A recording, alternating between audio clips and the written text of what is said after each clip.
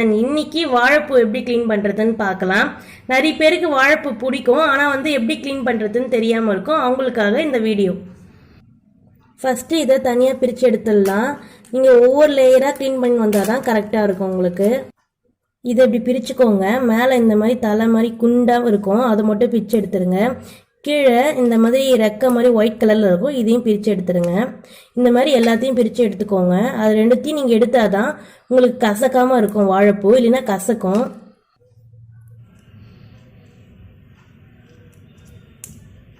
இந்த மாதிரி நீங்கள் எல்லாத்தையும் க்ளீன் பண்ணிக்கோங்க. ஒவ்வொரு லேயராக பிரித்து எடுத்திங்கன்னா தான் உங்களுக்கு கரெக்டாக இருக்கும்.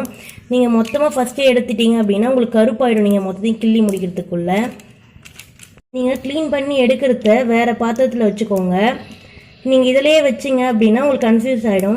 ஒரு லேயரை க்ளீன் பண்ணியாச்சு, இப்போ அடுத்த லேயர் பிரித்து எடுத்து க்ளீன் பண்ணலாம். இந்த மாதிரி ஒவ்வொரு லேயராக எடுத்து நீங்கள் க்ளீன் பண்ணிக்கோங்க. இந்த மாதிரி க்ளீன் பண்ணி எல்லாத்தையும் தனியாக எடுத்துக்கோங்க.